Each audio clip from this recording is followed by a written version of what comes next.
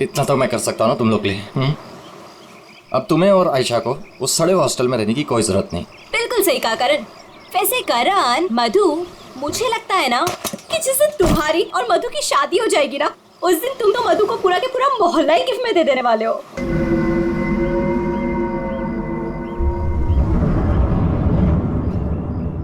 लगता है सामने वाले घर में कोई रहता है।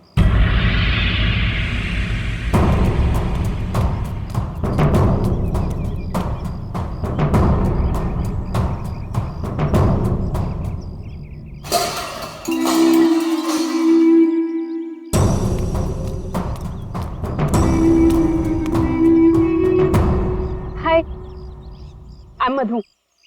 ये आयशा, हम आपके पड़ोसी हैं। हाय। और आप? मैं सामने के घर में रहता हूँ अपनी माँ के साथ। मेरा नाम विनय है और वो खाना अच्छा बनाती है। अब वो कौन? मेरी माँ खाना अच्छा बनाती है।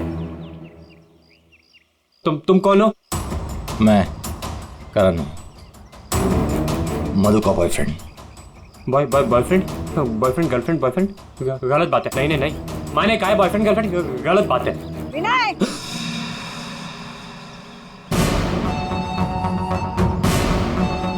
घर में चलो। कितनी बार मना किया है कि अजनबियों से मत बात किया करो। आ रहा हूँ ना। देखो, वो मेरी माँ है, उनको नमस्ते करो। अरे नमस्ते करो उनको। इधर आओ। अंदर चलो। आ रहा हूँ। सुनो, 8 बजने से पहले घर के अंदर चले जाना, ठीक है? क्योंकि 8 बजने के बाद ना वो आ जाता है। वो कौन है? मरमन। लेकिन याद रखना, दरवाजे खोलना मत। हम भी नहीं खोलते, कोई नहीं खोलता। ध्यान रखना, दरवाजे मत खोलना, ठीक है? मैं जा रहा हूँ, bye.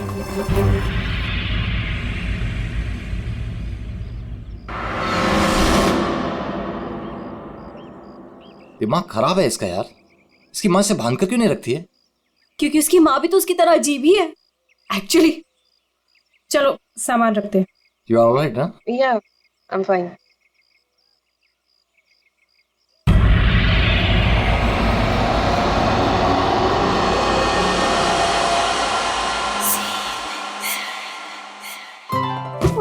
So beautiful. Thanks Karan. You really love me. अच्छा गाइस, सुनो ना, हम ना यहाँ पर एक कल गेट टुगेदर पार्टी करते हैं। What say? हाँ, कुछ भी करो यार, ये घर तुम्हारा ही है।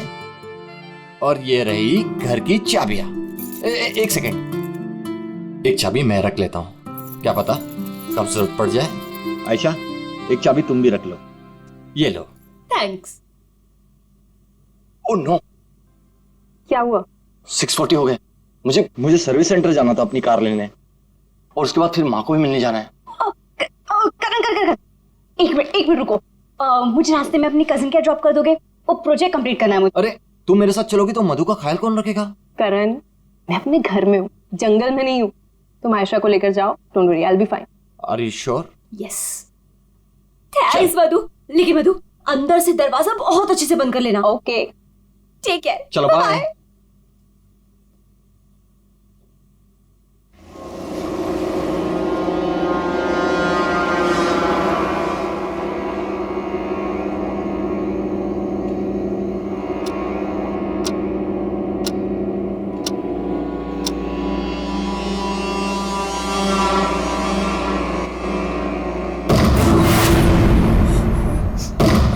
कौन है?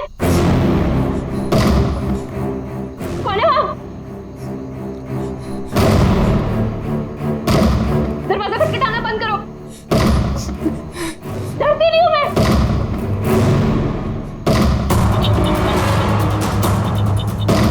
क्या करूं? करण को फोन कर।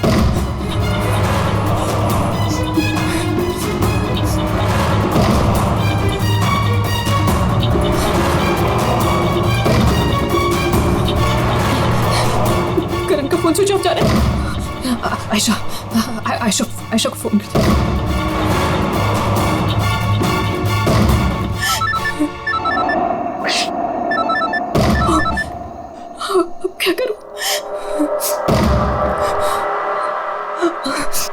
करती हूँ।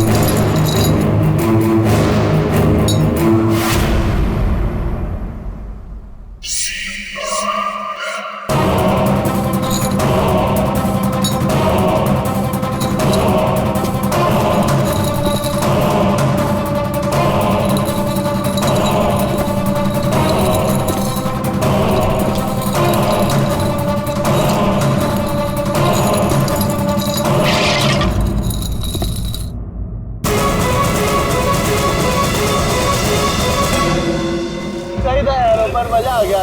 कल रात को तो क्या मस्ती मारी यार। अरे पूछो मत यार, मजा आ गया था। बस बस बस रोक दो भैया, रोक। Thank you. अरे मधु ना आज मेरी जान ही ले लेने वाली है। एक तो मैं अपना फोन भूल गई, रात को घर भी नहीं आई।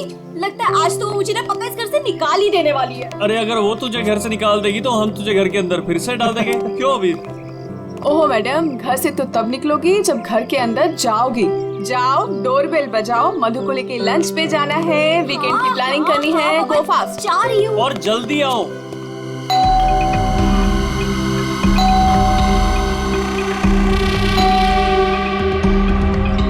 लगता है ना मैडम अभी तक सो रही है, दरवाजा ही नहीं खोल रही है। आयशा, तेरे पास इस घर की एक्स्ट्रा चाबी है ना? हाँ है। तो उस चाबी का क्या अचार डालेगी? जब चाबी है तो गेट खोलना, डोरबेल क्यों बजा रही है? हाँ मैं भी ना खोल। बिल्कुल पागल हूँ।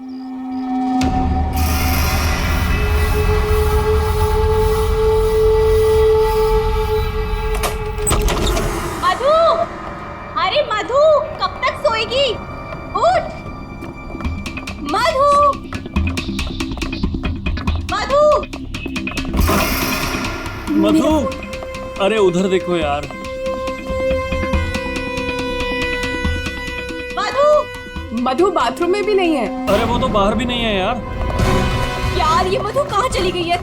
मुझे बहुत टेंशन हो रही है। वो ठीक तो होगी ना? मधु, मधु, मधु, मधु,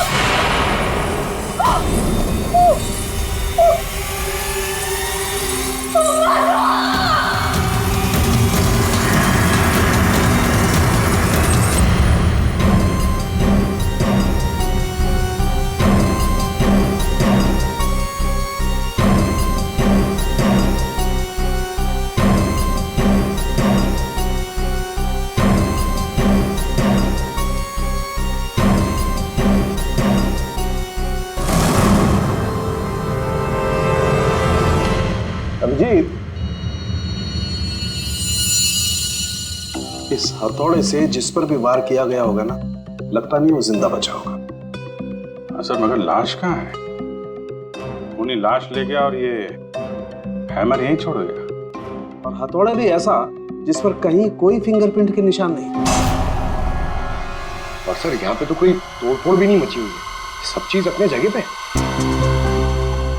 और दरवाजे का लॉक भी सही सलामत है, कोई फोर्स एंट्री नहीं है।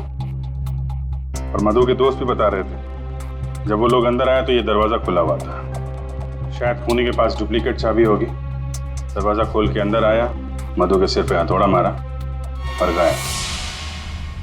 मगर यहाँ खून के छींटे भी नहीं दिख रहे। हथौड़ा मारा तो खून तो बहना चाहिए ना? शायद खून साफ कर दिया होगा। सिर्फ मधु ही यहाँ पे थी या कोई और भी था? नहीं सर, मधु इस घर में अकेली थी। इस घर की चाबी और किस किस के पास रहती है? सर, ये सवाल आपको करण से पूछना चाहिए सर। क्यों? करण से ही क्यों? करण ने घर आयशा और मधु के लिए लिया था, तो सर एक चाबी करण के पास भी थी।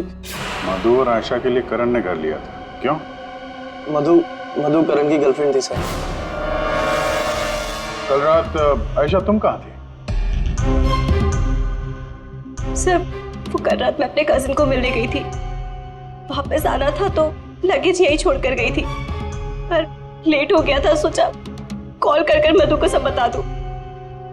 पर अपना फोन भी यही भूल गई थी सर। जरा इस करण का फोन नंबर देना।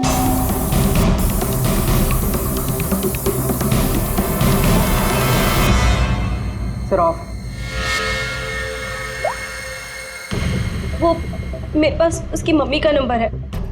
कल करण जब मुझे कजिन के यहाँ छोड़ने गया था तो कह रहा था कि वो घर जा रहा है मम्मी के पास।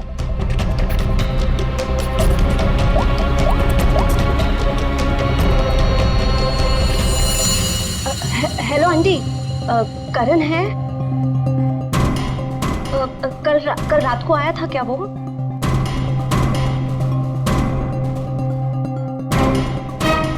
नहीं आंटी, कुछ नहीं, हो सकता है मधु के यहाँ गया हो। मैं आपको बाद में कॉल करती हूँ। तो करण कल रात अपने घर भी नहीं पहुंचा और यहाँ भी नहीं आया। सर, मुझे आपको एक बात बतानी थी। वो हमारे नेबर्स जो है ना, उन्होंने कहा था कि यहाँ पर एक हैमरमैन आता है रात को।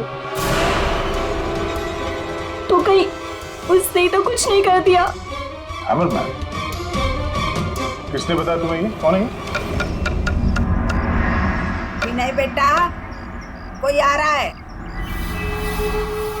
हाँ माँ, कोई याद हो रहा है।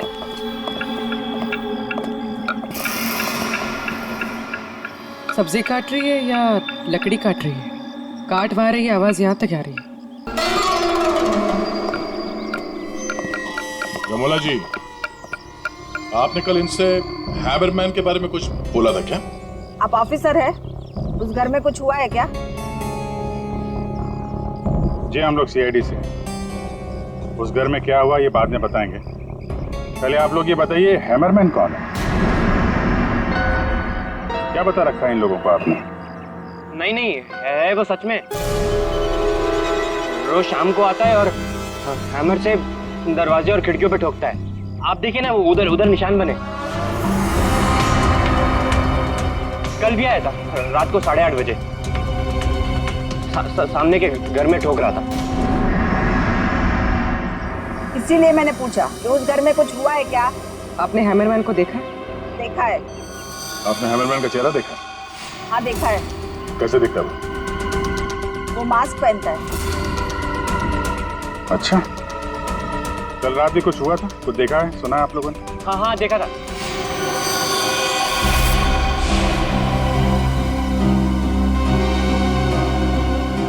रमोला जी, अभी आंख दिखाने से कोई फायदा नहीं। बोलो, क्या देखा था तुमने? कल रात 8:30 बजे मैंने खिड़की से देखा कि बस फिर मैंने नहीं देखा। माँ ने खिड़की बंद कर दी। एक आदमी और एक औरत।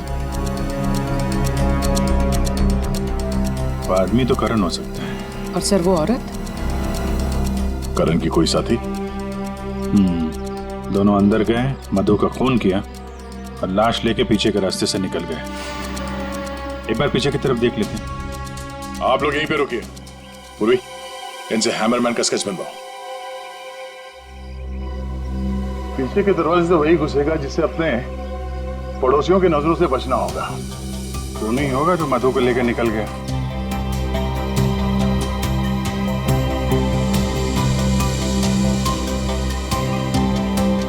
ऐसे कैसे हो सकता है कि कोई भी निशान नहीं छोड़ा? मधु को मार करके लेके गया तो भी कुछ ना कुछ तो छोड़ा होगा कोई।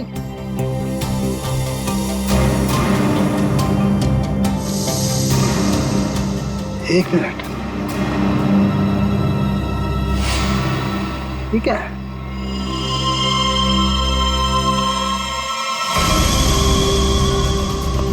कुछ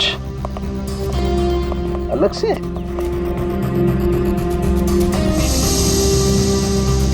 इतनी मिट्टी यहाँ पे?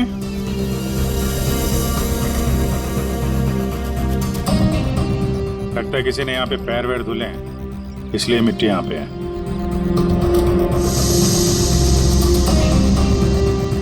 अभिजीत, ये मिट्टी में जो है ये बहुत खास है। ये देखो, इस मिट्टी में एल्गी है। शैवाल? शैवाल एक तरीके की काई होती है, और ये काई यहाँ की मिट्टी में नहीं हो सकती। ये तो ऐसी मिट्टी में होगी जो पानी वाली जगह होगी, कोई तालाब, कोई झील, कुछ ऐसा। झील, तालाब? ये तालाब है जो मधु के घर से सबसे नजदीक।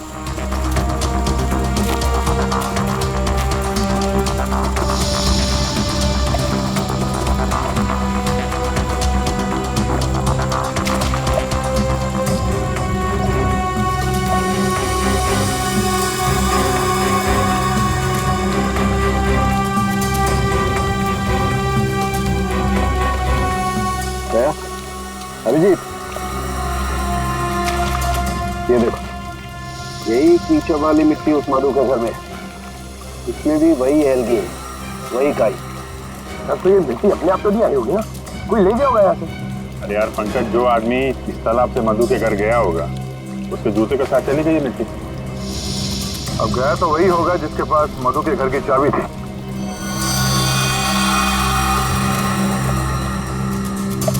पर कौन गया होगा? अब चाहे वो हैमरमैन हो या फिर कोई और। हैमरमैन? ये हैमरमैन ने किया है क्या? काम तो उसी का ही लग रहा है। हाँ।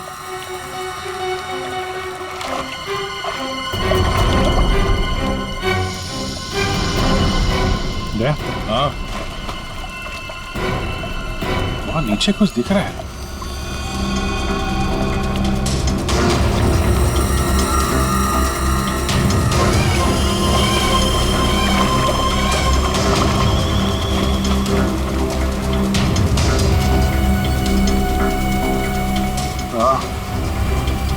कुछ है तो सही वहां पर।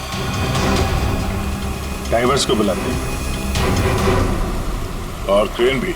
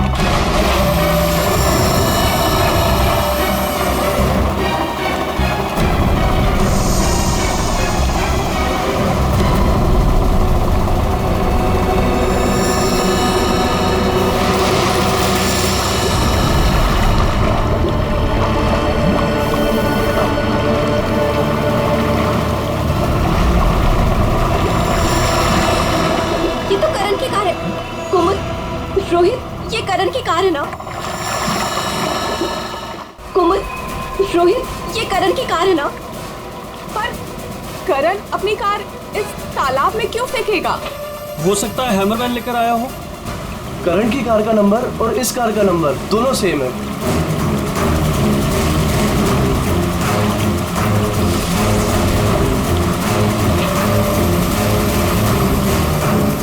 लेकिन ये कार यहाँ आई कैसे होगी? अब जाहिर सी बात है, करण की कार अपने आप इस झील में तो नहीं गई होगी। और कल करण ने आहिस्ता से कहा था ना, जब अपनी माँ के घर जा रहा है, तो अपनी माँ के घर तो नहीं गया, मधु के घर गया। मधु के घर की चाबी भी थी उसके पास। लगता है ये करण ही हैमरमैन हो। ये हैमरमैन के साथ मिलके उसने मधु का खून कर दिया, लाश इसमें डाल दी और कार पानी में फेंक दी। आप लोग यहीं पे रुकिए।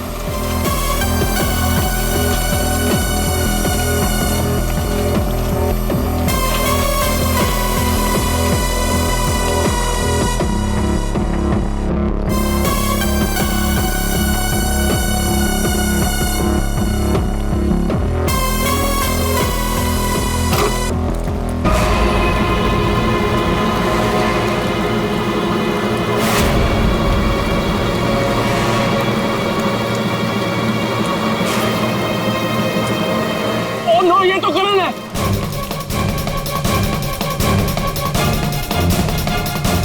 प्लीज प्लीज आगे मत जाइए।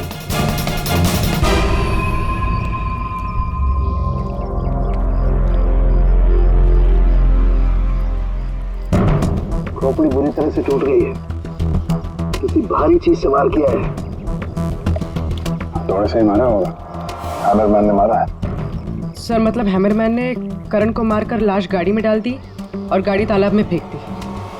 फेंका नहीं पूर्वी, इधर ढलान पे धक्का दिया और गाड़ी सीधा झील में। सर मगर अगर गाड़ी को धक्का मार के वहां तालाब में डाला है तो फिर ये नॉर्मल पतला दुबला आदमी नहीं होगा सर, ये हैमरमैन बहुत तगड़ा होगा सर, हट्टा कट्टा।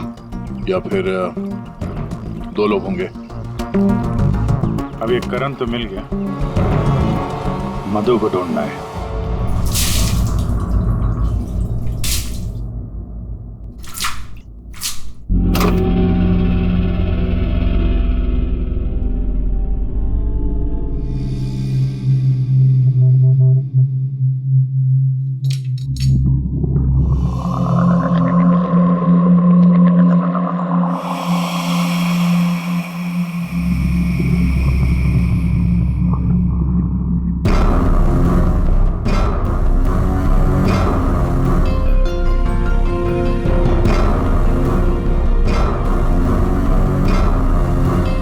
कपड़े का टुकड़ा, इस कपड़े के टुकड़े का रंग करण के कपड़े के टुकड़े से तो मैच नहीं करता है, तो शायद ये खूनी का होगा।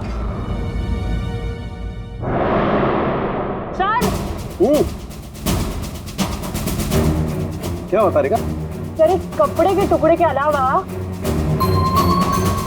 और भी ऐसा कुछ है जो हमें बहुत कुछ बता सकता है। अंगूठी डायमंड की है, लगता है कार चलाते समय गियर बटन तो गिर गई होगी।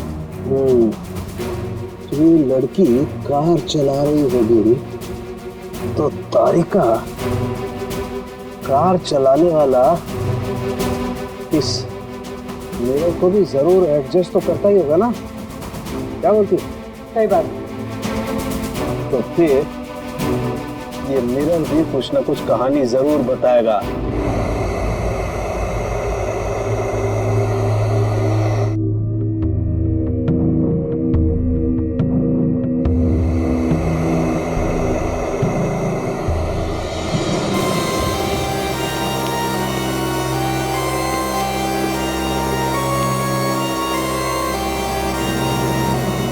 शीशे के बाल सुखा रहे हैं क्या? पूरा शीशा सुखा रहा हूं, जब ये सूख जाएगा ना बहुत कुछ बोलेगा, लेकिन फिलहाल ये करण ने और अंगूठी ने जो बोला है वो सुन लीजिए। इस हथौड़े पर जो खून लगा है ना, बस ये करण के खून से मैच होता है। मधु के घर में करण की ही हत्या हुई। और सर ये हीरे की अंगूठी मिली हमें उस गाड़ी में से, ड्राइवर सीट के नीचे पैरों के पास। ये अंगूठी? ये तो मधु की है। हाँ सर, हमने मधु के घर से उसके कुछ फोटोग्राफ्स लिए थे, उसमें मधु ने यही अंगूठी पहन रखी। इसका मतलब वो कार झील तक मधु चला कर लाई और इसीलिए वहां मोटी कार में गिर गई। तो क्या करण का खून मधु ने किया? नहीं दिया, मुझे नहीं लगता। ये चक्कर कुछ और ही है। अगर ये अंगूठी मधु रेगुलरली पहना करती थी तो इतने आसानी से उंगलियों से निकलेगी ही नहीं ना, वो गिरेगी ही कैसे? वो तो जरूर वहां पर जानबूझकर डाली गई थी ताकि सारा शक मधु पर जाए और हम मधु के आसपास ही घूमते रहे। और सर मधु का भी अभी तक कुछ अता पता है नहीं। लो भाई, इस शीशे ने भी मुंह खोल दिया है। ये देखिए, इस पर बहुत सारी उंगलियों के निशान हैं। मधु यहाँ पर है नहीं, वरना उसकी उंगलियों से मैच करके देखो। कोई बात नहीं सर, जब मधु मिल जाएगी तो मैच कर लेंगे। काम करते हैं, 7 बजे से लेकर 9 बजे तक ये करण कहाँ कहाँ था इसके डिटेल्स निकालते हैं। अपने आप सब कुछ पता चल जाएगा। तो करण का सेलफोन डेटा जो हमें मिला उससे ये पता चलता है कि करण और आयशा 6:44 पर मधु के घर से निकले थे और उसके बाद 7:15 पर करण ने आयशा को ए ब्लॉक पालिन चौक ब्लू पार्क पे ड्रॉप किया था और वहां से करण को जाना था अपनी माँ के घर बराली, लेकिन वहां ना जाकर ये वापस मुड़ता है और मधु के घर की तरफ आता है और उसी रास्ते में 5 किलोमीटर तक जाने के बाद सर करीब 7:30 बजे जेसी मार्केट फुलवाड़ी में वो रुकता है और यहाँ पे एक और नंबर आके उससे मिलता है सर, और ये नंबर करण के साथ करीबन 10 मिनट तक रहता है और उसके बाद वो नंबर गायब हो जाता है और वहां से करण मधु के घर पहुंचता है 8 बजे और 8:40 पर उसका फोन बंद हो जाता है। दूसरा नंबर किसका है जो करण से जेसी मार्केट में मिला था? सर रोहित का। रोहित, तुम करण का खून होने से पहले उससे मिले थे पूरे 10 मिनट के लिए, क्यों? सर मैं अपने दोस्त की मौत से बहुत ज्यादा डरा हुआ था सर, और मुझे समझ में ही नहीं आ रहा था कि मैं कैसे रिएक्ट करूं, क्या बोलूं। वो तो अचानक से उस दिन मैं उसे जेसी मार्केट में मिला, मैंने सडनली उसे वहां देखा। अरे करण! हे रोहित, कैसा है यार? कैसा है मेरा भाई? अरे तू यहाँ इस खिलौने की दुकान में क्या कर रहा है यार? तुझे यहाँ क्या जरूरत पड़ गई आने की? अरे बस ऐसे यार, किसी के लिए सरप्राइज ले रहा था और उसे सरप्राइज ही रहने दे। अच्छा सरप्राइज? चल यार, मुझे थोड़ी जल्दी है। कल मधु के इधर तू आ रहा है ना पार्टी में? हाँ कल आ रहा हूँ ना, लेकिन तू जा कहाँ रहा है? बस यार थोड़ा जल्दी में हूँ। अरे मैं तुझे छोड़ देता हूँ, चल मेरी कार पार्क है यहाँ, तू कल मिल मुझे। अच्छा चल सी यू, बाय। और मेरे लिए तो ये सरप्राइज की बात थी सर, क्योंकि मैं उससे 2 महीने बाद मिल रहा था। ठीक है, तुम जा सकते हो, लेकिन जब तक इस केस की तहकीकात पूरी नहीं होती तुम ये शहर छोड़कर कहीं नहीं जाओगे। जाओ।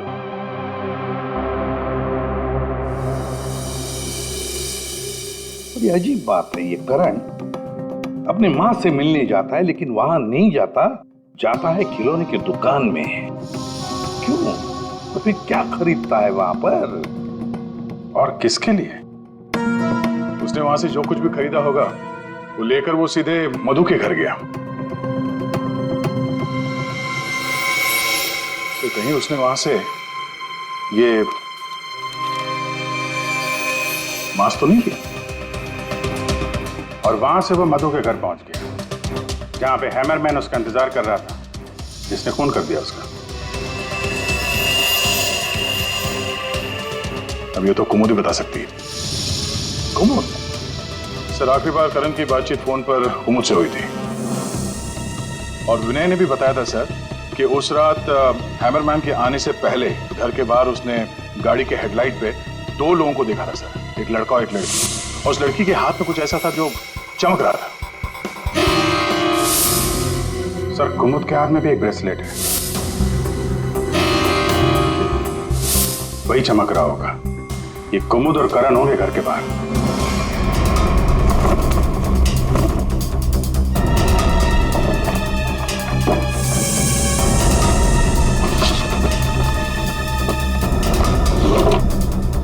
जब से करण की लाश मिली है तालाब में, तब से खूनी और भी होशियार हो गया। सर लगता है ये टीम बहुत छोटी है सर, कुमुद, मधु और ये हैमरमैन। लेकिन ये हैमरमैन मिले तो सही, अभी तक तो सिर्फ उसका हैमर ही मिला है तो उसने हमारे लिए छोड़ा है। मैन तो गायब ही है। सर ये कुमुद तो भागने की तैयारी से घर से निकली, सारे कपड़े लेकर भागी और उसका मोबाइल भी स्विच ऑफ आ रहा है। अरे ये कहां से आ गए यहाँ पे? कहाँ से आ गया? ये देखो, इसका मतलब है ये कुमुद रमोला और विनय को पहले से जानती थी। एनवेलप पे डेट पिछले महीने की है और ये कुमुद बोल रही थी कि ये रमोला और विनय को पहले कभी मिली नहीं। तो कहीं ये माँ बेटे रमोला और विनय इस पूरे साजिश में शामिल तो नहीं? मिलते हैं माँ बेटे से।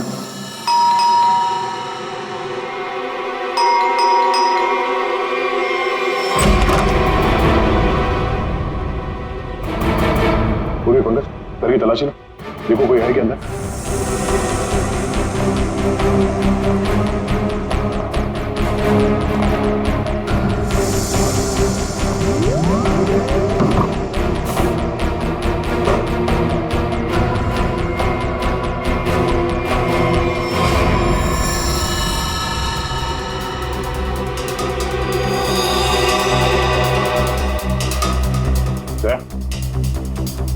हाँ, ये दीवार देखो यार,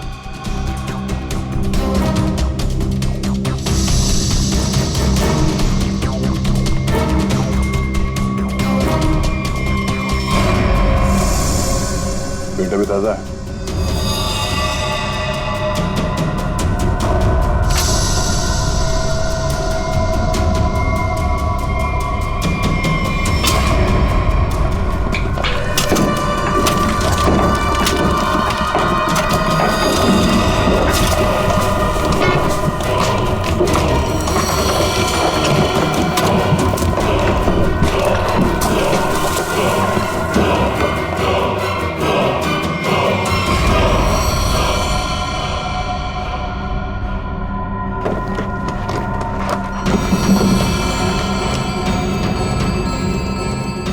ये तो मधु है।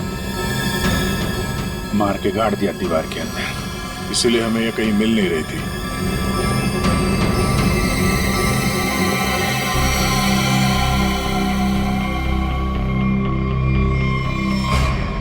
सर इसे भी हथौड़े से मारा। इसके सर पे भी वैसी ही चोट है जैसे करण के सर पे थी। यार ये जो कुछ भी हुआ है कल रात 8:30 बजे के बाद ही हुआ है। बारिश के दिनों में ये दीवार इतनी जल्दी सूख कैसे गई?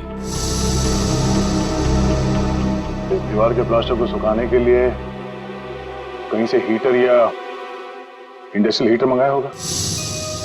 सर अभी यहाँ पे रास्ते पे मोड़ पे मैंने एक वो जो इंडस्ट्रियल इक्विपमेंट भाड़े पे देते ना सर, उसकी दुकान देखी थी सर। जाके पता करो। वो नहीं है, बहुत चालाक, अच्छी प्लानिंग कर रखी थी। उसको मालूम था कि मधु यहाँ सामने वाले मकान में रहने आने वाली है। और यहाँ पे हैमरमैन होने का अफवाह फैला दिया ताकि शक उस पे नहीं हैमरमैन पे जाए।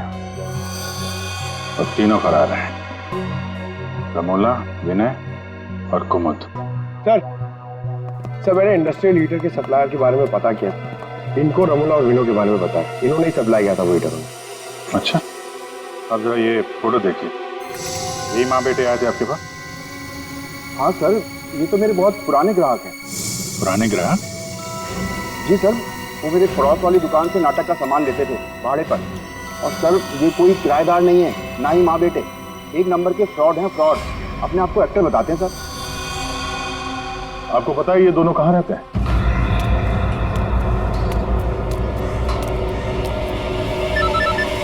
तो निकल, मैं मिलता हूँ। हाँ चल मिलते हैं। हेलो, मैं चंपा बोल रही हूँ, चाय पानी फिल्म से। हाँ जी बोलिए ना। आपकी एक्टिंग के इतने चर्चे सुने और आपका नंबर मुझे इतनी मुश्किल से मिला है। बस हमने डिसाइड कर लिया है, हम आपको अपनी अगली फिल्म में लॉन्च करेंगे। लॉन्च करेंगे मुझे? मतलब आखिर आपने मेरा टैलेंट पहचान ही लिया? हाँ, अब 1-2 दिन में शूटिंग शुरू हो जाएगी। बस एक प्रॉब्लम है, आपकी बड़ी बहन के कैरेक्टर के लिए कोई अच्छी एक्ट्रेस मिल नहीं रही। बस वो कंफर्म हो जाए तो हम शूटिंग शुरू कर देंगे। अच्छा बड़ी, अरे है ना, बड़ी बहन है। मैं आपकी प्रॉब्लम सॉल्व करता हूँ। अरे वाह, आपने तो मेरी टेंशन ही खत्म कर दी। आप अपनी गली के बाहर आ जाइए, मैं गली नंबर 7 पे खड़ी हूँ। अरे तेरी, अरे मौसी बाहर निकलो। क्या है? अरे बाहर निकलो। क्या हुआ? अरे अपनी किस्मत खुल गई, रोल मिला है अपने को। रोल? हाँ। कौन दे रहा है? कहाँ? अरे बाहर खड़े हैं ना गली के, तुम चलो मेरे साथ। चलो चल, चल, चल। चलो चलो।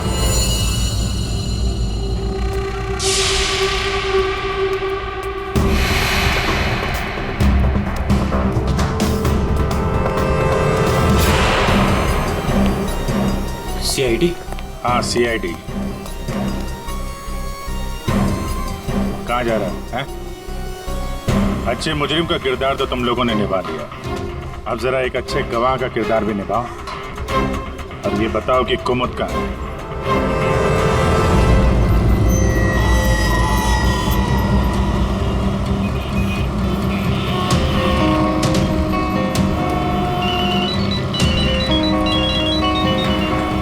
अरे तुम यहाँ हो, मैंने ध्यान ही नहीं दिया। तुमने क्यों कॉल किया मुझे? सब जानते हो फिर भी। अब मैं क्या करता? सीआईडी बुलाएगी तो क्या आना ही पड़ेगा। सीआईडी? तुमने मुझे सीआईडी के कहने पे यहाँ बुलाया? मैडम आप बहुत स्मार्ट हैं, लेकिन हम आपसे ज्यादा स्मार्ट हैं। सर आप मेरी बात सुनिए। बात सुनेंगे आपकी, लेकिन ब्यूरो चल के सुनो। चलिए। कहाँ भाग रही मैडम?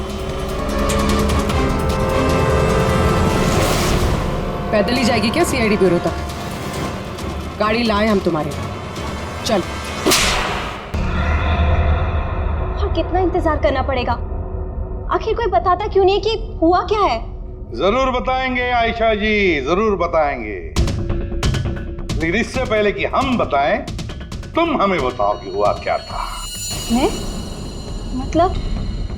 मतलब ये कि आप और मधु एक नए घर में शिफ्ट होती है, जहां पहले से ही कुछ गड़बड़ चल रही होती है। ऐसे में आप मधु को उस घर में छोड़कर अपने किसी कजिन के घर चली जाती हैं, और तो और अपना मोबाइल फोन भी वहां रख के जाती है, ताकि मधु तुमसे तो मदद न मांगे। अजीब है ना? सर, मधु मेरी बहन जैसी थी। उसके साथ कुछ गलत करने के बारे में मैं सोच भी नहीं सकती हूँ। अच्छा, बहन जैसी थी? बहन तो नहीं थी ना? हाँ? अभी इस पूरे इन्वेस्टिगेशन में किसी ने तुम पर एक बार भी शक नहीं किया, क्यों? जो भी पूछा उसके बारे में तुम्हें कुछ पता ही नहीं। और जब मधु का खून हुआ उससे ठीक पहले तुम्हारा मोबाइल फोन स्विच ऑफ। कोई तुम पर शक क्यों करेगा? सर आप मुझ पर गलत इल्जाम लगा रहे हैं सर। मैं तो आयशा और मधु से सिर्फ 4 दिन पहले मिला था। मैं ऐसा क्यों करूंगा सर? और सर मेरा फोन पानी में गिर गया था, इसके लिए वो स्विच ऑफ है। हाँ, पानी में गिर गया था, उसी झील के पानी में जहां से करण की डेड बॉडी मिली थी। सर ये सारा प्लान तो विनय और अमोला ने सेट किया था। पैसों की लालच में ये दोनों इतना गिर गए कि इन्होंने अपने हाथ खून से रंग दिए, मधु को दीवार में चुनवा दिया। और सर अभी भी यही आलाप राग रहे हैं कि हमने कुछ नहीं किया। सच में हमने कुछ नहीं किया है। ये लो, फिर वही राग। फंस गए थे हम। आपको हाँ कहते तो भी फंसते, और ना कहते तो भी फंसते। एक्टिंग करने हमें नहीं मालूम था इतना कुछ हो जाएगा। तो आप लोगों के हिसाब से मधु और करण का खून हम लोगों ने किया है?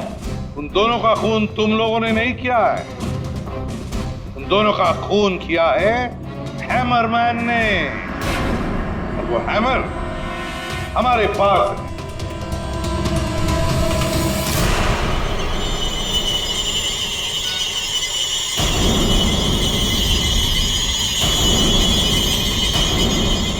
कुमुद, ये कहाँ थी? ये हैमर छुपाने गई थी, हमने ढूंढ निकाला, है ना? I'm sorry रोहित, मुझे माफ कर दो। तुमने मुझसे वादा किया था कि तुम मेरा नाम नहीं लोगे, मैं तुम्हें छोड़ूंगा।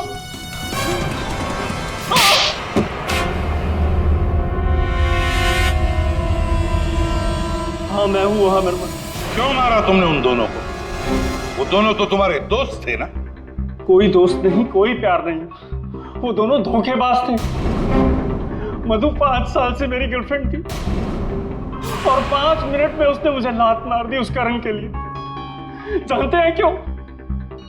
क्योंकि उसके पास पैसा था। और उसी समय मैंने डिसाइड किया कि मैं उससे बदला लूंगा, उन दोनों से। तुमने इसका साथ क्यों दिया? मैं रोहित से बहुत प्यार करती हूँ, मुझे उसका साथ देना पड़ा। तैयारी तो तगड़ी कर रखी थी तुमने। 3 महीने से प्लान कर रहा था मैं, उन दोनों को एक दर्दनाक मौत मारने की। बस इंतजार कर रहा था। 3 महीने का इंतजार? किस चीज के लिए? सही वक्त का इंतजार।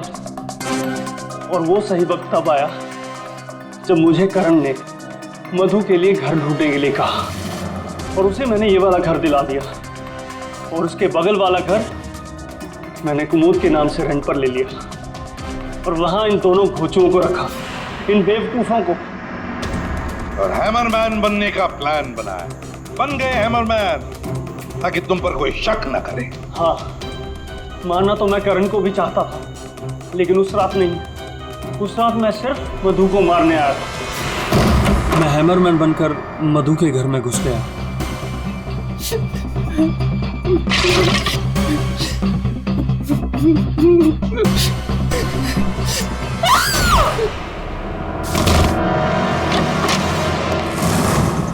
और मुझे इस बात का बिल्कुल भी अंदाजा नहीं था कि करण भी वहां पर आ जाएगा। वो मधु के साथ मजाक करने आया था, नकली हैमरमैन बनकर। उसने मास्क जब मैंने उसे मार दिया तब मुझे पता चला कि वो दरअसल करण ही था। मैंने कुमोद, रमोला और विनय की मदद से दोनों लाशों को ठिकाने लगा दिया। रोहित जी, ये हथौड़ा हमें ना भी मिलता ना, तब भी तुम बच नहीं सकते थे, क्योंकि करण और मधु ने मरने के बाद भी हमें बताया कि खूनी तुम हो।